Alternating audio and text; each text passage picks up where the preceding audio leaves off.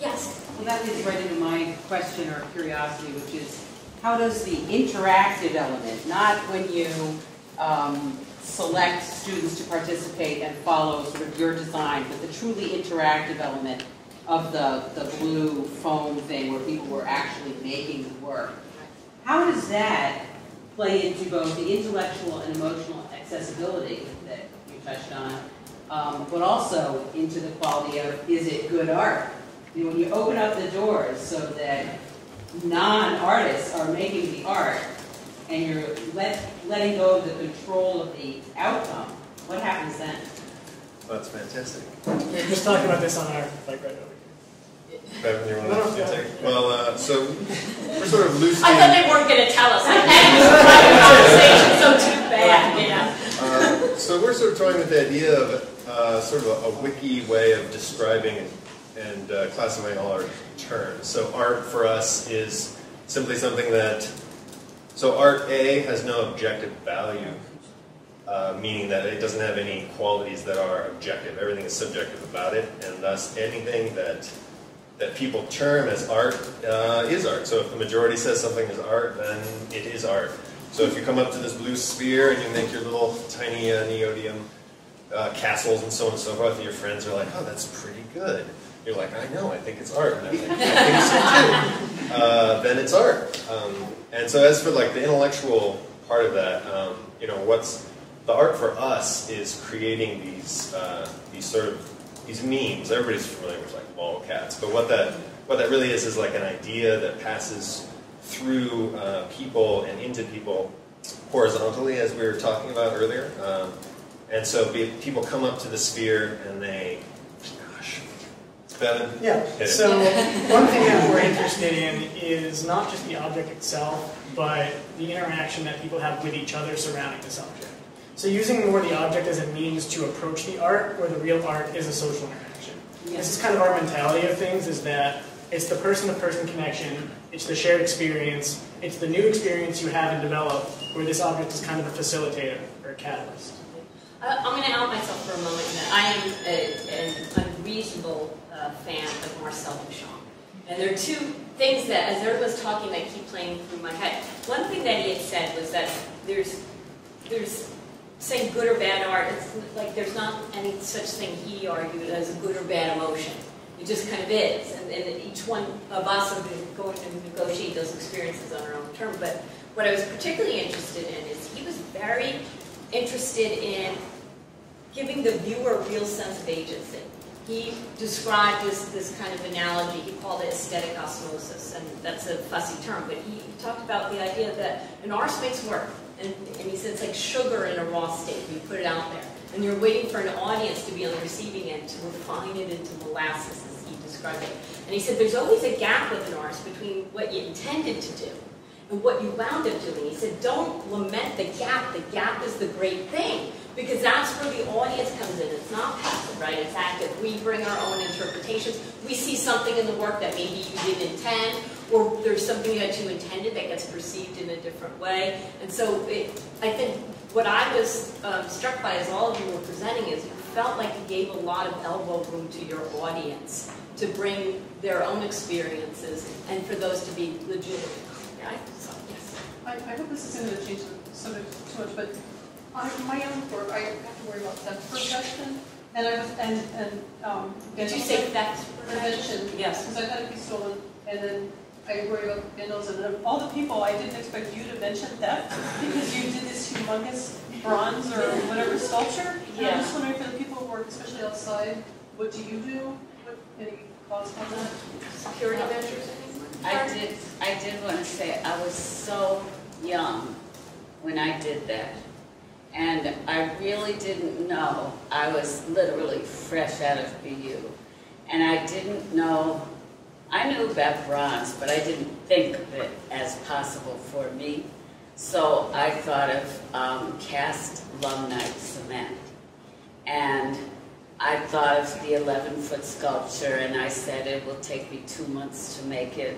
And they asked how much money did I need, and I said $800.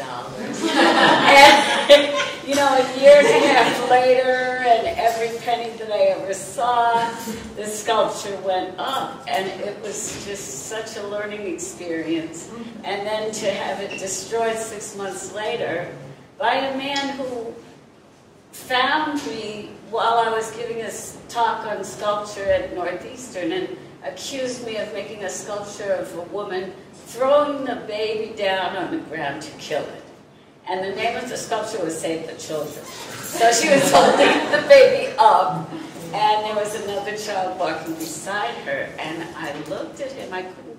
It was the first time that I realized that you can have something in your mind thoroughly, and someone else can interpret it so differently. It's Duchamp's gap. Whoa. Right? Because you bring one set of intentions, Yes. it does not mean that on the receiving end. And he would That's say what I thought that a when work you of said art was that. stillborn unless someone was on the receiving end. It was, there's a fabulous essay he wrote called The Creative Act, and he refers to us as spectators, which is an awkward word, but it invested viewers with more agency. And I think what you're talking about is that you couldn't have, there's no way you could have planned for that. No. Or expected that. But that's something that happens when you work in the public realm that's not going to happen, let's say, in a museum or gallery. Yeah. Yes. Yeah, and I think to follow up, I think that when you work with the public, and I mean that you can do a Duchamp and you can put something out there, or you can do a Joseph Beuys and you can sit there and say, come have a conversation with me, right? So I think that there is that gap. And I think we have different models as to how you cross the gap, right? And so I think, you know, Ross's project, which I'm familiar with, James's project, I think Fern, you and your community, I'm familiar with this work, that these are three artists who work with their community, and that you then are crossing the gap by dialogue. You have kids who are saying, what am I doing drawing? And you have James there saying, I'm from South Boston, help me do this. You're making a connection through the art that exists through the person. Right, which goes back to the music model, because I think as a musician, you wouldn't expect to say, I'm going to give a concert, hope that everybody gets it. You know, no musician would say that. They'd say, my job is to cultivate audience, to develop relationship, and exchange. And I think one of the tragedies about being a public artist is that art and culture in today's society is not the same thing. Right? So you have an artist who makes a piece, and I'm thinking about Paul Tucker's pieces like East Boston, where they were in a community context where the community, iron workers, steel workers, you know, these were the same people that de Soubro was talking about, didn't get the piece because it was cited right at their Korean War Memorial, and they felt like they were being attacked. You know, so in terms of, I mean, I'm the one that created the sculpture in Dorchester, the giant pear, Right. as a response to historical monument making in Boston. And let's not celebrate people, let's celebrate heritage and agriculture, right? And let's make links to the community. And that was all done, you know, it was Ross's project, it says, they're all done in our own dime. And really by being in the neighborhoods, and like, how is it that how is it that we can have agencies, NEFA does a great job with this, but to close that gap? Because you don't have musicians functioning in that gap. Business doesn't function in that gap. You know, how many of the things in our economy where somebody's offering something, and they say, I just put it out there and hope that people get it. Yeah. You know, it doesn't happen. And as an artist, I guess for all of you, the trick is you can provide an experience. You cannot predetermine that experience or how it's going to be received. Yeah, Ben. Yeah, that brings up a bunch of great ideas. So I think there are a couple different models for connecting people to a work, and of course you can always just tell somebody about it. You put up a website or whatever. Or I'm thinking about just last night I organized a concert at Berkeley College of Music where I did a lot of talking between the pieces. So it's a very direct thing, right? You can explain it while it's happening and you can provide that context. Another tactic that I've applied in a couple of pieces, including this one, but a couple of real-time pieces that are involved in some kind of data visualization, or I've got something and I'm parsing it and presenting it in some way. I try to make one aspect of it really kind of obvious to give people a hook. So I had a piece that was up at the Media Lab at MIT last January, February, something like that. And it was running in the elevator there, and it was all based on real-time data that was coming from sensors around the building. And one of the parameters was driving the pitch of the piece. So as the elevator went up and down, you would hear the pitch go up and down. And my goal with that was that people would realize that's something they can experience a very direct link in a relatively short amount of time.